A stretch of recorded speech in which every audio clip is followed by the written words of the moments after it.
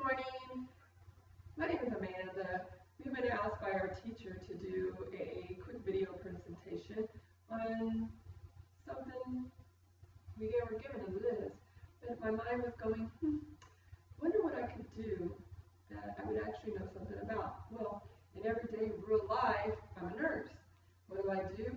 I work with newborns. So, as most every nursing student knows, you're asked to do a head-to-toe assessment. Okay? Well, this can be kind of challenging at times if you don't know what you're doing or you feel the pressure of that teacher standing behind you, breathing down your neck as you're doing the assessment. So, I'm going to give you a quick rundown on what I do on a daily basis with more than one baby, but one at a time. So let's go ahead and get started. So like I said, my background is I've been a nurse for several years now. I'm working on furthering my education in the nursing field, so hence the reason why I'm in this class. One of the things that our teachers do ask us to do as we walk into a room is what they, of course, like I just said, a head-to-toe assessment. Head-to-toe assessment starts from the minute that you walk into the room with your patient, meaning you're looking from the head of that bed to the bottom of that bed, okay? So, first assessment, what do? When you visually walk into a room, you actually look at the patient. It's easy to tell sometimes. Is my patient nice and pink? Hence as this doll is. Or, do you see problems? Is this patient in pain? Is it moaning? Is it color blue? Maybe not breathing well. Just overall malice. Okay? Well, in this case, our baby is going to be healthy. But let's get started. So, my first tool is, like I said, we visually look at the baby. Visually, the baby looks pink, nice and healthy. Baby might be crying, not crying. Crying is a good sign with the baby as well, because that way we know the baby is breathing and functioning well. So, on our head to toe, baby looks good visually when we first walk in. So now let's go ahead and start at the head. What we do is we will literally look at the baby's head. Okay, you're going to feel baby has two soft spots, the fontanelle, an anterior and a posterior, meaning just that, the front and the back. Now our anterior one we will feel lightly. We want to make sure that it's palpable. We want to make sure that you feel the soft spot. We don't want it to be sunken in. Signs of it sunking in could be dehydration. Excuse me, signs of it bulging. Could be maybe we have excess fluid, which might need to be looked at. So we just want to feel, make sure it's nice and soft, looks good. We'll look at the back, make sure that we don't have any bruising, any tears, any scrapes, because a lot of things can happen when a baby is being delivered.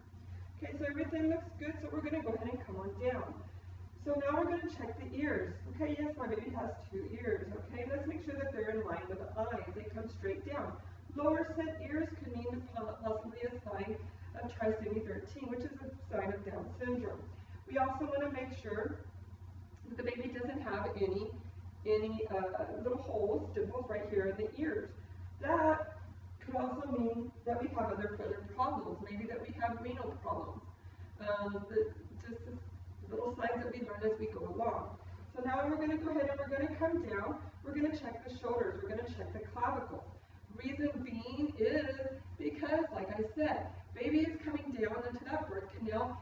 It has to squeeze through that birth canal and come out without any problems. So we're just going to make sure that those clavicles feel good, nothing broken. The baby should have movement of the arm. Sometimes if they do have a little bit of nerve damage, that arm might be slacking, might not move as well. So let's go ahead and come down. We'll look at the hands. Make sure we got 5 fingers. Make sure that they're not webbed. Make sure that they're apart. Make sure that we don't have an extra digit hanging off. We're going to check the palms. We want to make sure, look and see if we have that semen crease, the semian crease. That straight line across could also be another sign of Down syndrome. So then we'll come on down. We would lift up the baby's shirt, just visually check the tummy area, make sure we're still nice and pink. Okay, we're going to go ahead and now we're going to feel the stomach. Make sure that it's nice and soft, that we can palpate that stomach. And that the baby, of course, if baby's crying, give it a second. Then once it calms down, just nice and feel. Go ahead and come down the legs. Make sure everything looks good. Check the feet. We want to be able, when we do this, that toe should curl in just like that. Okay? Check the The other one, 5 toes. We want 5 toes. We make sure no webbing. Make sure that we don't have any problems there. Make sure we don't have a club foot. Make sure if it does look kind of fit, it's just positional, maybe from being in the womb, and then it will straighten out later, that it is movable, it's not fixed.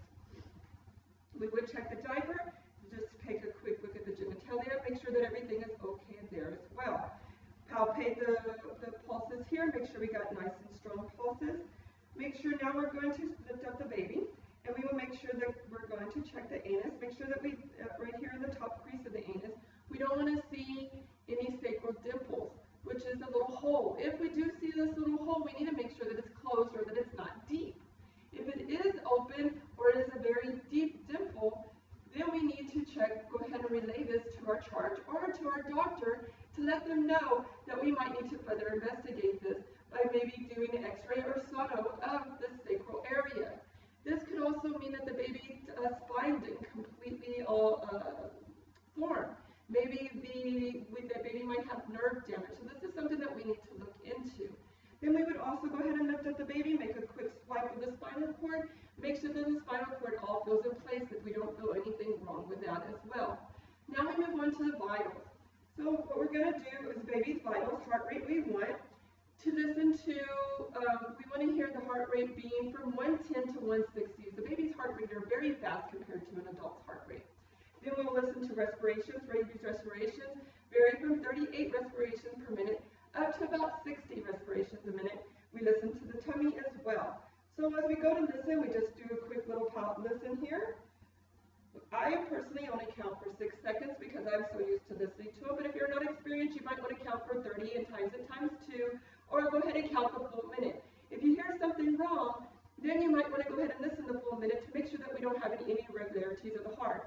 Go ahead and listen to both of the lungs as well as the respirations, hear how many sounds we hear per minute, and listen to the stomach to make sure that we have some vowel sounds present. I hope that this has helped you, and I hope that you're able to fulfill your teacher's duties as doing your head-to-toe assessment of your newborn. Thank you. Bye-bye.